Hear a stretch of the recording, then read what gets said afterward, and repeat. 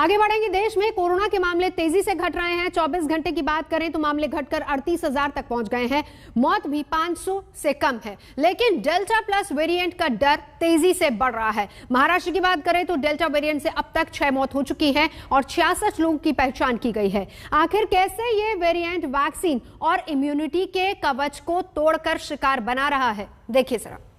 Vaccine की दोनों dose लगवाई हुई थी, इसके बावजूद कोरोना की चपेट में आए और मौत हो गई। जीनोम सीक्वेंसिंग से इस बात की पुष्टि हुई कि संक्रमण डेल्टा प्लस वेरिएंट का था। महाराष्ट्र में कोरोना के डेल्टा प्लस वेरिएंट का डर एक बार फिर बढ़ गया है।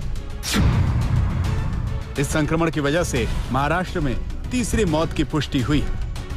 रायगढ़ में 49 साल के पुरुष ने संक्रमण के बाद दम तोड़ दिया, जबकि मुंबई के घाटकोपर इलाके में 63 साल की महिला की डेल्टा प्लस की वजह से मरने की पुष्टि करीब 2 हफ्ते बाद हुई।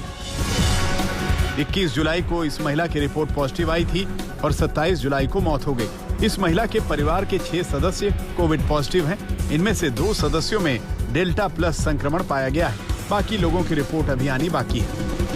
अब चिंता की बात तो ये है कि इस महिला के घर में 6 फैमिली मेंबर्स कोविड पॉजिटिव पाए गए। 6 में से 2 ऐसे फैमिली मेंबर्स हैं जिनकी जीनोम सीक्वेंसिंग के बाद डेल्टा प्लस वेरिएंट के लिए रिपोर्ट भी पॉजिटिव आई है। 4 फैमिली मेंबर्स की जीनोम सीक्वेंसिंग की रिपोर्ट आनी बाकी है। डेल्टा प्लस से हुई मौत कंफर्म करने में भी टाइम लगता है, क्योंकि जीनोम सीक्वेंसिंग से पता चल पाता है कि कौन से वेरिएंट से मौत हुई। बीएमसी के पास रिपोर्ट आई तब ये पता चला कि डेल्टा प्लस का संक्रमण था। अब महिला से मिलने जुलने वाले लोगों में संक्रमण की चेन ढूंढी जा रही है। चिंताजनक बात यह है कि वैक्सीन की दोनों डोज के बावजूद डेल्टा प्लस मरीजों पर हावी हो रहा है। अब तक ये कोई सबूत नहीं है कि डेल्टा प्लस वेरिएंट दूसरे वेरिएंट से ज्यादा ट्रांसमिसिबल है, यानी एक इंसान से दूसरे इंसान को बहुत आसानी से फैलता है। और ये बहुत ज़रूरी होगा आगे जाके कि हम बहुत सारा सर्वेलेंस करें, मतलब कम्युनिटी में कैसे फैल रहा है इसको देखें और सीक्वेंसिंग करें, जिससे हमको पता चले कि कौन सा वेरिएंट किस प्रकार फैल रहा है। बुधवार को महाराष्ट्र में डेल्टा प्लस वेरिएंट के 20 नए केस मिले थे। इसके बाद से यहां इस वेरिएंट के मरीजों की संख्या 65 हो गई है। शहरों की बात करें तो सबसे ज्यादा मरीज मुंबई में है। महाराष्ट्र में कोरोना वायरस की रोकथाम के लिए जिन सैंपल्स की जीनोम सीक्वेंसिंग हो रही है, उसमें अधिकतर में डेल्टा प्लस की पुष्टि हो रही है। डेल्टा प्लस वेरिएंट को पहले ही केंद्र सरकार वेरिएंट ऑफ कंसर्न घोषित कर चुकी है। तमाम वैक्सीन कंपनियों की नजर इस वेरिएंट पर है, क्योंकि इसे हराए बगैर पूरी सुरक्षा नहीं मिल सकती। और इस बीच कोरोना का ताजा आंकड़ा भी हम आपको दिखा देते हैं। पिछले 24 घंटे के हालात क्या हैं, कितने मामले हैं और कितने लोगों ने कोरोना की वजह से अपनी जान गंवाई है। तो कोरोना के पिछले 24 घंटे के मामले 38,667, मौत 478 लोगों की हुई है और रिकवर होने वालों की संख्या भी ठीक ठाक है। तो देश में पिछले 24 घंटे का ताजा आंकड़ा, 24 घंटे की बात करें तो 478 लोगों ने अपनी जान गंवाई है। 38,000 से ज्यादा मामले, 38,667 मामले सामने आए हैं।